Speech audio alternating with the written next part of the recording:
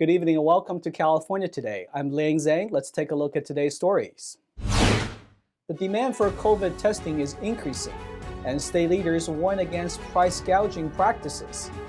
People who purposely sell COVID test kits at higher prices will be investigated. Meta has announced that the founder and CEO of DoorDash, Tony Xu, is joining the company's board of directors.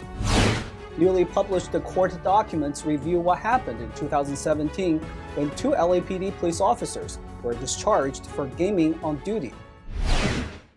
As people return to schools and workplaces, the demand for test kits for the CCP virus, also known as COVID-19, has skyrocketed. Authorities say they are on the lookout for people who are taking advantage of the increasing demand and selling test kits at higher prices.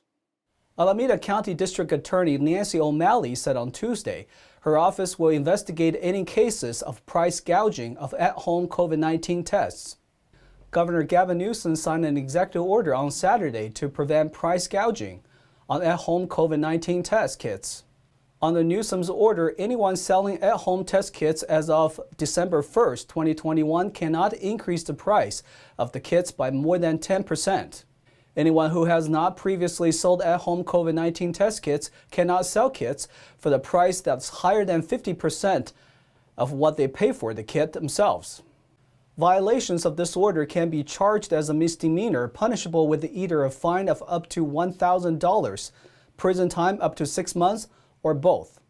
As for local COVID situations, the mayor of San Francisco announced on Tuesday that the city is down hundreds of staff due to COVID-19 concerns. They will not impose new restrictions. Here is NTD's Eileen Ang with more. In a virtual media update on the COVID-19 pandemic in San Francisco, Mayor London Breed said there will not be more restrictions despite the surge in cases. We are learning to live with COVID, and that means everyone assessing their own risk. It means making smart choices. It means doing what's best for our own health and the health of our families and our community. It does not mean imposing new restrictions. That's not what we are doing. We will continue to push forward policies to expand testing, get people vaccinated, and ensure access to care so our schools and businesses can stay open. Breed also announced an order to require healthcare workers to get tested weekly and submit proof to the Department of Public Health. If they don't, they can be subject to fines. Students and/or staff who have tested positive may now return to school after 5 days of isolation under 3 conditions. If they no longer have a fever and their symptoms are getting better and they have a negative test collected on or after day 5. So far, the city has provided 1,000 rapid antigen tests to the school district, with more to come.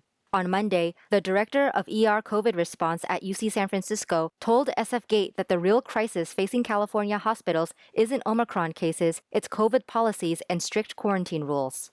The vast majority of COVID plus patients I take care of need no medical care and are quickly discharged home with reassurance, she said. Last week, the teachers' union said there were more than 600 educators out in San Francisco due to the surge in cases. On Friday, Mayor London Breed posted on Twitter the number of staff out due to COVID: 184 members from the police department, 140 from the fire department, and 122 workers from the Municipal Transportation Agency are out. To date, California has a 22.4% positivity rate for COVID cases. That's about 1 in 5 people. Last July, the CDC announced it is dropping PCR testing for COVID-19 after December 31st. The tests have been blamed for a high number of false positive results. Eileen Ang, NTD News, California. The nation's second largest school district came back with 65,000 positive COVID-19 tests, also known as CCP virus, on Monday. The Los Angeles School District will require weekly testing through January. NTD's David Lam reports. Tuesday is the first day of the spring semester for over 500,000 of students in the Los Angeles Unified School District. But based on COVID-19 testing, the district said they found over 65,000 positive cases. Over 400,000 students and staff were tested recently as a baseline. We're so grateful to all of our employees who have come back and gotten tested. As of this morning, 85% of our employees had done their baseline test, and more than 70% of students had done their baseline test. The district said that the student positivity rate was about 17%, while employees had a rate of about 15%. Because we've caught 50,000 positive cases of COVID using those baseline tests, which means that our schools and classrooms will be significantly safer come Tuesday. Weekly testing is required throughout January and will be reassessed as needed. Masks are required indoors and outdoors. To prepare for teacher shortages, the district has thousands of certified staff ready to fill in. In the East Bay, the Hayward Unified School District switched to all remote learning starting today. Local KTVU reports that the district is at risk of losing about $2.5 million in funding for each day of distance learning. They're offering 6 in-person learning hubs for those that don't want to participate in virtual learning. David Lamb, NTD News, California. Ahead of the Super Bowl, the FAA announced that it will restrict certain flights in and around Los Angeles. The administration cited enhancing safety and minimizing air traffic delays. On Monday, the Federal Aviation Administration ordered a temporary flight restriction with special air traffic procedures for Los Angeles area airports from February 6th to the 14th. The Las Vegas area will enforce the temporary flight restriction, or TFR, on Super Bowl Sunday, February 13th. The TFR will not affect regularly scheduled commercial passenger flights in and out of Los Angeles International Airport. Only emergency medical, public safety, and military aircraft may enter the TFR in coordination with air traffic control. According to the FAA, a total of 12 airports in this area will have restrictions with special air traffic procedures. The FAA said these restrictions and special air traffic procedures will minimize air traffic delays and enhance safety. During the restricted period, jet and turboprop aircraft will have specified arrival and departure times. Training flights and student solo cross-country flights are highly discouraged in the Los Angeles metro area. Unmanned aircraft such as drones can't fly in place before, during, and after the Super Bowl. The FAA started the No Drone Zone campaign in 2015. Violators may be fined or face criminal penalties. The Flight Data Center will publish relevant information for pilots 3 to 5 days before game day. Today, Meta announced that Tony Hsieh, the founder and CEO of DoorDash, has been elected to the company's board of directors. Mark Zuckerberg, founder and CEO of Meta, said on the company's website that Tony has built a great service for millions of people to get food and more from hundreds of thousands of restaurants and small businesses. I've always thought it's important to have great tech leaders on our board. And Tony has direct experience both running a tech company and solving complex challenges in commerce. I look forward to learning from his perspective as we build towards the metaverse. Hsieh founded DoorDash in 2013. He has a BS degree in industrial engineering and operations research from UC Berkeley and an MBA from the Stanford Graduate School of Business. In the Bay Area's Daly City, a local resident found herself in close proximity to a mountain lion on her property. The resident told ABC7 that she was with her dogs in her backyard on Monday when she spotted the mountain lion in a tree. She quickly went indoors with her pets. Local police and fish and game wardens are keeping an eye on the neighborhood and announced that the lion has moved out of the area. It was last spotted. They are asking locals to keep children and pets indoors and to call authorities if any sightings are made. Rather than responding to a robbery in progress nearly 4 years ago, 2 LAPD officers went on a Pokemon Go hunt for Snorlax. Court documents show the officers were discharged for misconduct. NTD's Brandon Dre has more details about the hunt for Pokemon over robbers. On April 15, 2017, surveillance inside LAPD officers Luis Lozano and Eric Mitchell's patrol car revealed the 2 policemen playing Pokemon Go on their phones while discussing how they could catch Snorlax. 5 minutes into strategizing how to capture the giant blue and white sleeping Pokemon, dispatch relayed a robbery taking place at a Macy's in the Crenshaw area close to where the officers were parked. After debating whether or not to respond to the call, audio from the surveillance revealed Lozano cruelly dismissing dispatcher's message. For approximately the next 20 minutes, the officers could be seen driving to different locations where several Pokemon characters appeared on their mobile phones. As the officers left their post, Captain Darnell Davenport, who was nearby and responded to the robbery, saw the 2 officers reverse down an alley and leave the area. The two officers denied hearing the call from dispatch and gaming on duty, sparking an internal investigation. During the investigation, the officers argued the surveillance of their private conversations should have not been used as evidence. They later admitted leaving their post to catch Snorlax instead of the fleeing robbers and claimed it was part of a, quote, extra patrol to chase the mythical creature. The officers asked the court to overturn their firings, but were denied by a Superior Court judge. The court said the former LAPD officers' rights had not been violated. The officers did end up successfully capturing Snorlax and could be heard bragging about how the others would be jealous. However, both officers were found guilty for failure to respond to a robbery call, failure to respond to a radio when contacted, making misleading statements, playing Pokemon Go on duty, and making false statements under investigation. Brandon Dre, NTD News, Los Angeles. Shen completed their performances in the Bay Area, leaving audiences in awe. Audience members who watched Shen in San Francisco on January 7th said the performance filled them with feelings of inspiration and hope. It was beautiful, and it was fun, and it was inspirational.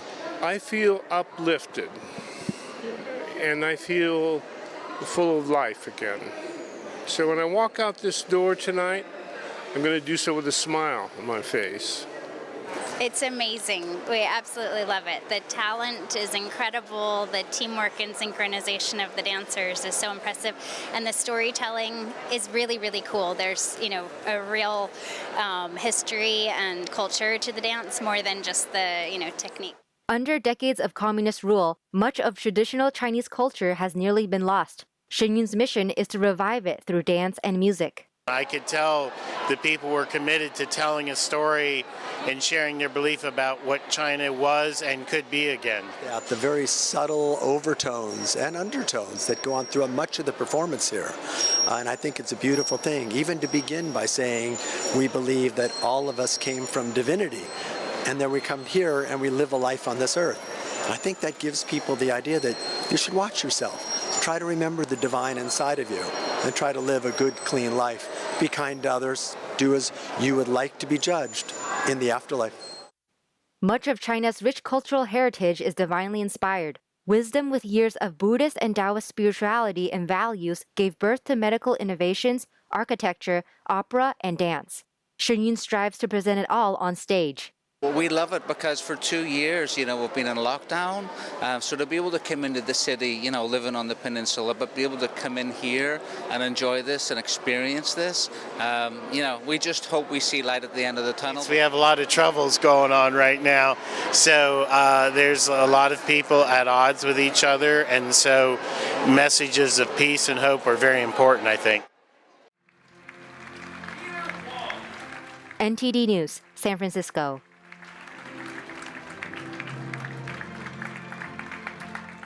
Now to NTD's Thomas Christian for an update on sports.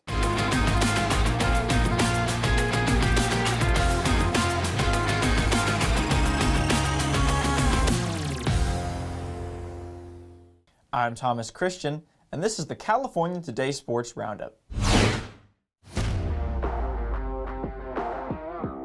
Klay Thompson returned Sunday, dubbed Klay Day, after a 2.5-year absence. In his first game back, Klay Thompson recorded 17 points in 20 minutes of play, and Stephen Curry scored a game-high 28 points Sunday night as the Golden State Warriors snapped a 2-game losing streak with a 96-82 win over the visiting Cleveland Cavaliers.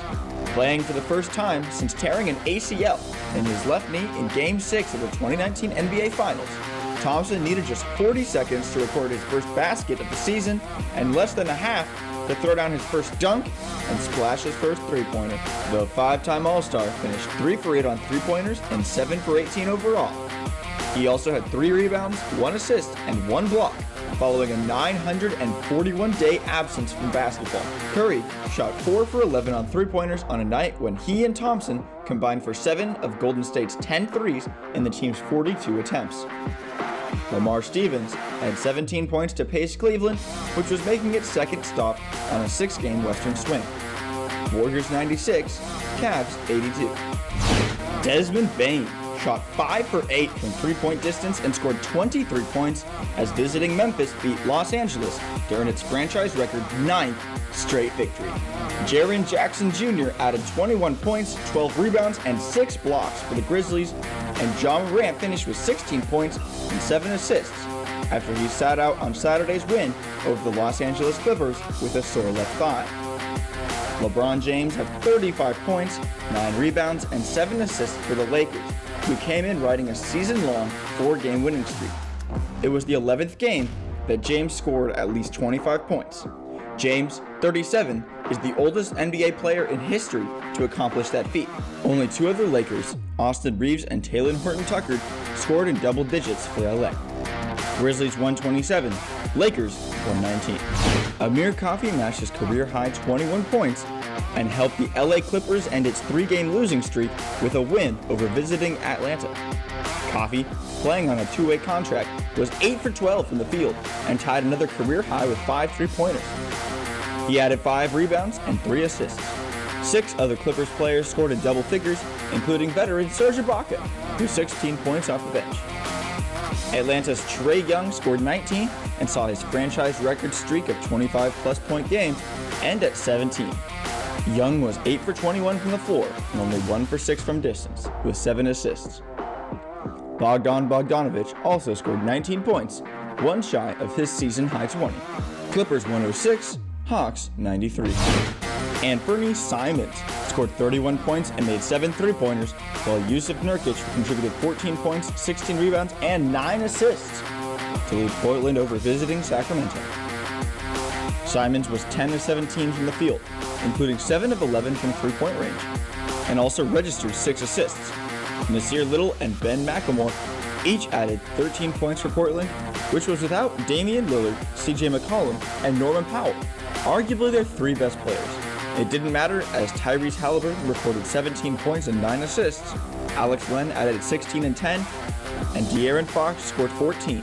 Trailblazers 103, Kings 88. As always, I'm Thomas Christian, and thanks for tuning in.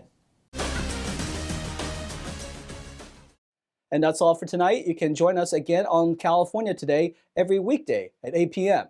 If you have any news tips or ideas for our show, feel free to let us know. You can also find us on Twitter and Facebook. I'm Liang Zhang. Have a wonderful evening.